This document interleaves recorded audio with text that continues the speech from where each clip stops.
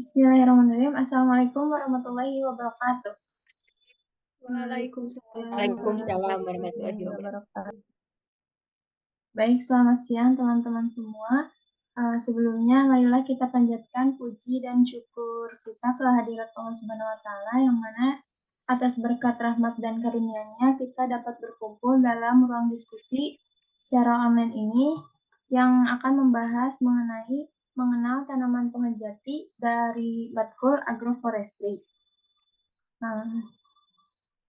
Sebelumnya saya ucapkan terima kasih kepada Bapak Yogi selaku dosen pengampu mata kuliah agroforestry ini. Nah, untuk mempersingkat waktu, izinkan saya untuk memperkenalkan diri terlebih dahulu. Perkenalkan, nama saya Daphne Rahmah beserta teman-teman saya yang terdiri dari Risma Irsa Triawanti, kemudian Viera Periska, Mutia Trihapsari, dan Sylvia Latifatul Haifah.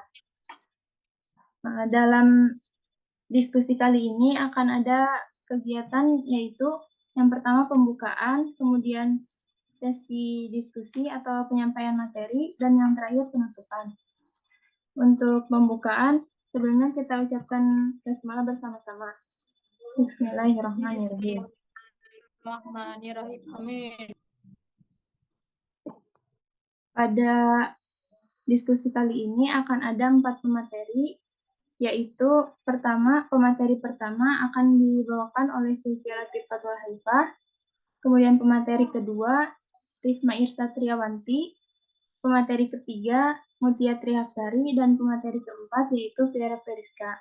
Sebelum masuk ke pematerian, akan ada pendahuluan terlebih dahulu yang akan disampaikan oleh saya sendiri, di mana pohon jati ini merupakan salah satu jenis kayu komersial yang memiliki nilai ekonomis tinggi dan diminati oleh banyak orang, baik dalam maupun luar negeri. Hingga saat ini, jati masih menjadi komoditas mewah dikarenakan kualitasnya yang tinggi, walaupun harga belinya yang mahal.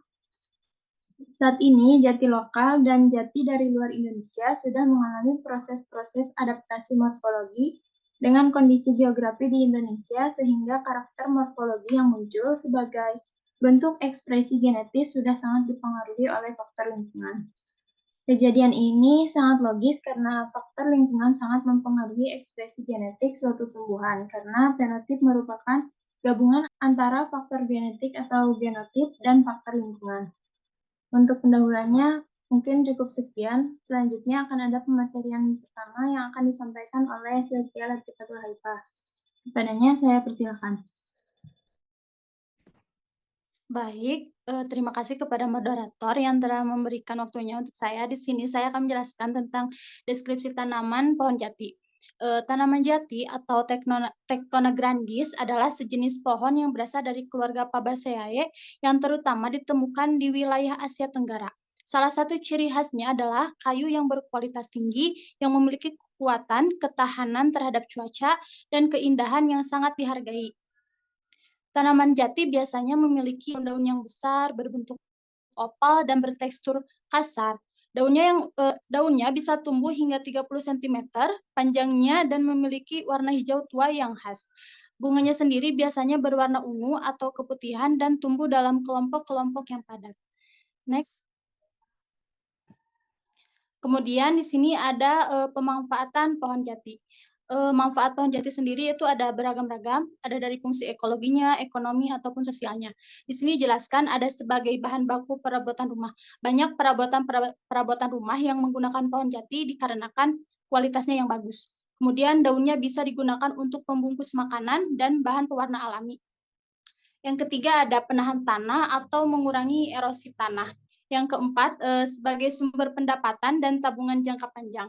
Dikarenakan harga jati yang cukup mahal, maka jati ini bisa sebagai tabungan jangka panjang. Yang kelima adalah bahan bakar perapian, dan yang keenam adalah pohon jati bisa digunakan sebagai penyangga ekosistem. Sekian yang bisa saya sampaikan, saya kembalikan kepada moderator. Baik, terima kasih kepada pemateri pertama atas pemateriannya. Langsung saja ke pemateri kedua, yaitu Risma Irsa Triawanti. Kepadanya saya persilakan. Baik, terima kasih kepada moderator. Di sini saya akan menjelaskan mengenai teknik budidaya pohon jati. Yang pertama yaitu pemilihan bibit. Pilih bibit yang berkualitas dari sumber yang terpercaya. Bibit yang sehat dan bebas dari penyakit akan memastikan pertumbuhan yang optimal. Yang kedua yaitu persiapan lahan. Siapkan lahan dengan baik dengan membersihkan gulma dan memperbaiki struktur tanah. Pastikan pH tanahnya sesuai untuk pertumbuhan jati. Yang ketiga yaitu ada penanaman. Tanam bibit jati dengan kedalaman yang sesuai dan jarak tanam yang disarankan. Biasanya sekitar 3-4 meter antara tiap tanaman. Yang keempat ada pemeliharaan. Berikan pengairan yang cukup dan kontrol gulma secara teratur. Lindungi bibit tersebut dari serangan hama dan penyakit dengan menggunakan pestisida organik atau pestisida kimia yang aman. Setelah tanaman tumbuh dewasa, lakukan pemangkasan untuk mempromosikan pertumbuhan yang sehat dan memperbaiki struktur pohon. Yang kelima ada pengendalian hama dan penyakit. Perhatikan tanda-tanda serangan hama dan penyakit dan lakukan tindakan pengendalian yang sesuai jika diperlukan. Yang keenam itu pemanenan. Pohon jati biasanya dipanen setelah mencapai umur tertentu, tergantung pada tujuan budidaya. Pilih waktu pemanenan yang tepat untuk memaksimalkan hasil kayu yang berkualitas. Dan yang terakhir yaitu replantasi. Setelah pemanenan, pertimbangkan untuk menanam kembali area yang sudah dipanen untuk menjaga keberlanjutan budidaya. Terima kasih, sekian dari saya kembalikan kepada moderator. Baik, terima kasih kepada Risma Irsatriawanti yang telah memaparkan pemateriannya. Selanjutnya ke pemateri ketiga, yaitu dari Mutia Trihapsari. Kepadanya saya persilakan. Baik, terima kasih kepada moderator. Di sini saya akan memaparkan materi mengenai pertumbuhan dan produksi kayu. Pertumbuhan kayu jati biasanya lambat pada awalnya, tetapi meningkat seiring bertambahnya usia. Pada umumnya, pohon jati membutuhkan waktu sekitar 30-40 tahun untuk mencapai ukuran yang optimal untuk pemanenan. Namun, dengan perawatan yang baik dan kondisi lingkungan yang sesuai, pertumbuhan bisa dipercepat. Faktor-faktor seperti iklim, kelembaban tanah, dan nutrisi juga mempengaruhi pertumbuhan kayu jati. Kayu jati juga merupakan kayu yang terkenal karena kekuatannya, daya tahan, dan keindahannya, yang membuatnya menjadi furnitur dan konstruksi. Kayu jati juga baik umumnya berasal dari pohon yang lebih tua, karena struktur serat dan kekerasannya meningkat seiring dengan usia pohon. Next. Di sini saya akan menjelaskan produksi kayu jati. Produksi kayu jati dapat bervariasi, tergantung pada beberapa faktor, termasuk usia pohon, luas lahan yang ditanami, metode perawatan, dan teknik pemanenan. Beberapa produk kayu jati sebenarnya banyak sekali, namun ini saya mengambil yang umumnya, termasuk yang pertama ada furnitur kayu jati. Furnitur kayu jati banyak sekali digunakan untuk membuat berbagai jenis perabotan, termasuk meja, kursi, lemari, dan tempat tidur. Furnitur dari kayu jati dikenal karena ketahanan dan penampilannya yang elegan. Yang kedua ada kerajinan tangan atau ukiran kayu jati. Kayu jati sering dipakai oleh seniman untuk membuat patung dan ukiran kayu jati karena mudah diukir dan menghasilkan detail yang halus dan lembut. Yang terakhir ada kayu lapis kayu jati. Adalah jenis kayu lapis yang menggunakan lapisan permukaan atau vinyl dari kayu jati. Produk ini mengkombinasikan kekuatan struktural dari kayu lapis dengan estetika dan ketahanan dari kayu jati. Sekian dari saya kembalikan kepada moderator. Baik, terima kasih kepada Mutia Trihapsari yang telah memaparkan materinya. Kemudian untuk pemateri terakhir yaitu ada Piera Periska. Kepadanya saya persilakan. Baik, terima kasih kepada moderator yang telah memberikan saya kesempatan untuk memaparkan materi tentang cara tumbuh tanaman jati. Yang pertama yaitu iklim, meliputi curah hujan. Curah hujan yaitu 1000 sampai 2.000 mm per tahun. Curah hujan yang tinggi mendukung pertumbuhan jati. Namun, drainase yang baik juga penting untuk menghindari genangan air. Yang selanjutnya yaitu suhu. Suhunya yaitu 20 derajat Celcius sampai 30 derajat Celcius. Untuk suhu yang hangat dan kelembaban yang tinggi membantu fotosintesis dan pertumbuhan. Yang selanjutnya yaitu kelembaban. Untuk kelembaban yaitu sekitar 60% sampai 80%. Yang selanjutnya yaitu ketinggian. Untuk ketinggian yaitu maksimum 700 meter dpl. Karena ketinggian yang ideal memungkinkan jati untuk mendapatkan sinar matahari yang cukup dan terhindar dari hama dan penyakit di dataran rendah. Yang kedua yaitu tanah. Untuk tanah yaitu bertekstur lempung berpasir atau liat berpasir. Tekstur tanah yang ideal membantu akar jati untuk tumbuh dan menyerap air dan nutrisi dengan baik. Yang selanjutnya yaitu drainase. Drainase tanahnya harus baik karena drainase tanah yang baik penting untuk menghindari busuk akar. Yang terakhir yaitu kedalaman solum. Untuk kedalaman solum harus dalam karena kedalaman solum yang memadai memungkinkan akar jati untuk tumbuh dengan leluasa. Yang ketiga yaitu ada cahaya matahari. Sinar matahari penuh dibutuhkan untuk fotosintesis dan pertumbuhan jati. Yang selanjutnya yaitu bebas dari genangan. Genangan air dapat menyebabkan busuk akar dan penyakit lainnya. Yang terakhir yaitu jauh dari sumber pencemaran. Karena pencemaran udara dan air dapat menghambat pertumbuhan jati dan menurunkan kualitas kayu. Next. Selanjutnya yaitu daerah penyebaran. Jati tersebar di hutan-hutan gugur mulai dari India, Myanmar, Laos, Kamboja, Thailand, Indonesia, hingga Jawa. Ada beberapa daerah utama penyebaran pohon jati. Yang pertama yaitu India. India sendiri merupakan salah satu negara dengan hutan jati terbesar di dunia, terutama di wilayah negara bagian Madhya Pradesh, Maharashtra, dan lain-lain. Yang selanjutnya yaitu Myanmar atau Burma. Myanmar adalah salah satu penghasil kayu jati terbesar dengan hutan jati yang luas, terutama di daerah pusat dan utara negara itu. Yang selanjutnya yaitu Thailand. Untuk Thailand yaitu pohon jati juga banyak ditemukan di daerah tersebut, terutama di wilayah utara dan barat negara tersebut.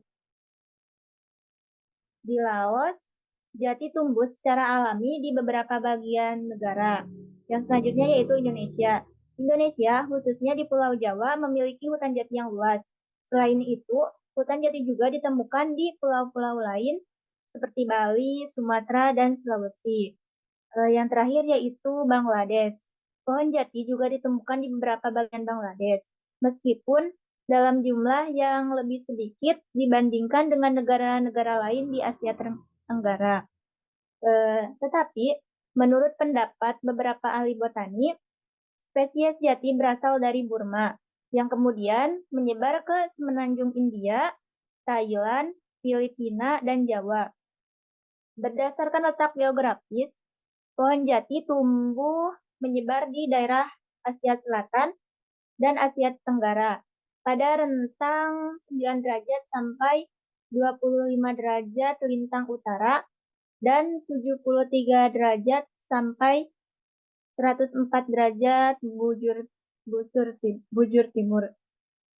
Daerah penyebarannya di Indonesia meliputi seluruh Jawa, Sulawesi Selatan, Sulawesi Tenggara, Nusa Tenggara Barat, yang meliputi Lombok dan Sumbawa, Maluku, dan Lampung.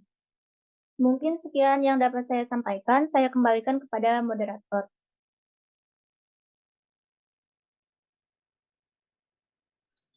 Baik, terima kasih kepada pemateri terakhir yang telah memaparkan materinya. Alhamdulillah untuk sesi pematerian telah selesai dari beberapa pemateri yang luar biasa gitu ya.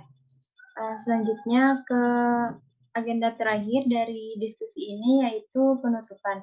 Sebelum menutup diskusi ini akan dibacakan terlebih dahulu terkait kesimpulan dari apa yang kita diskusikan tadi.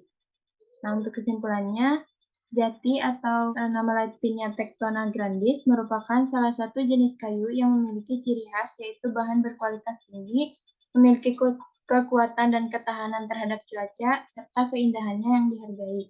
Sehingga tak heran kayu ini memiliki nilai ekonomis yang tinggi serta banyak diminati orang banyak. Di Indonesia, penyebaran pohon jati telah meluas meliputi hampir seluruh kawasan Jawa, Sulawesi Selatan, Sulawesi Tenggara, Nusa Tenggara Barat, Maluku, dan Lampung. Untuk teknik budidaya yang dilakukan diantaranya dimulai dari pembenihan dan pembibitan, persiapan lahan, penanaman, pemeliharaan, pengendalian hama dan penyakit, pemanenan, dan yang terakhir replantasi. Tanaman ini mengalami pertumbuhan yang cukup lambat pada masa awal, tapi terjadi peningkatan setelah beberapa tahun kemudian. Semakin bertambah usia dari jati ini, maka akan semakin meningkat pula nilai produksinya.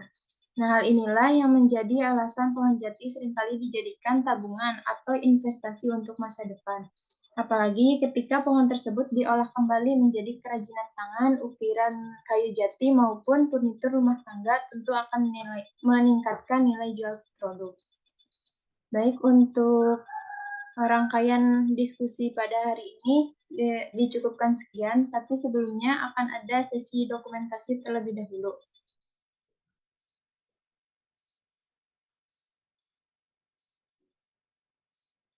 Baik, saya akan mulai aba-aba ya. Baik.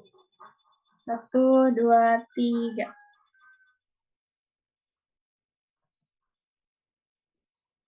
Dan 3 ya.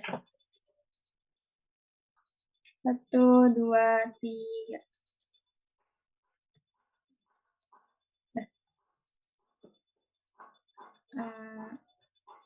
Mungkin untuk sesi diskusi pada hari ini dicukupkan sekian. Sebelum menutup diskusi ini, ada kutipan terlebih dahulu bahwa ilmu itu bukanlah sesuatu yang dihafalkan, melainkan ilmu itu merupakan hal yang diamalkan. Mungkin hanya sekian yang dapat kami sampaikan. Saya selaku moderator pamit undur diri. Wassalamualaikum warahmatullahi wabarakatuh. Waalaikumsalam warahmatullahi wabarakatuh.